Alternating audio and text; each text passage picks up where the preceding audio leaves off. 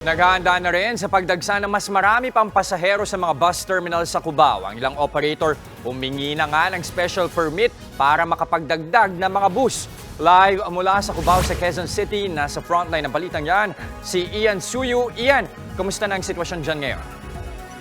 5 araw bago ang Pasko, nagsisimula ng magdatinga ng mga biyahero na nais umuwi sa kani-kanilang mga probinsya dito sa mga bus terminal sa EDSA Cubao sa Quezon City. At dito nga sa terminal sa likuran natin, biyahe itong pa-Central Luzon, sunod-sunod na po ang pagdating ng mga pasaherong nais mag-celebrate ng Pasko kasama ang kanilang mga pamilya sa probinsya.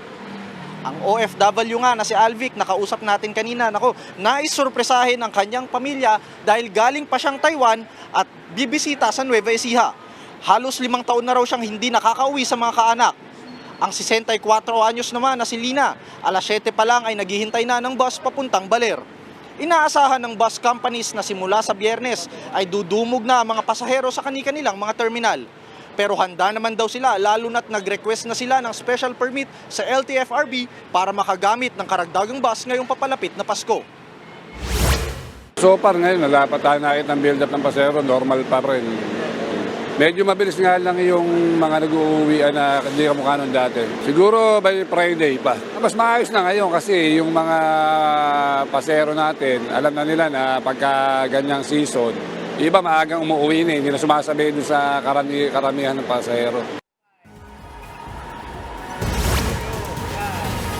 Jester, sa ngayon, kapansin-pansin na hindi pa gaanong traffic dito sa parteng ito ng EDSA Cubao. Yan ay dahil sa kadahilan ng wala pa gaanong bus na bumabiyahe sa daan.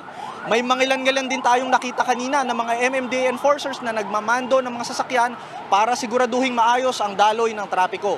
At paalala natin sa ating mga kapatid, mag-book tayo ng mas maaga at pumunta na kagad sa mga bus terminal ng mas maaga para maiwasan ang hassle sa pagbiyahe. At yan ang latest mula dito sa Cubao, Quezon City. Balik sa'yo, Jess.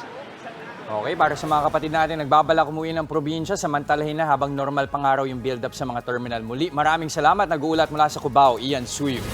Mga kapatid, Jess De Los Santos po, huwag magpahuli sa mga umaaksyong balita at napapanahong issue sa bansa. Para sa mas malawak na balitaan, mag-subscribe at mag-follow sa social media pages ng News 5.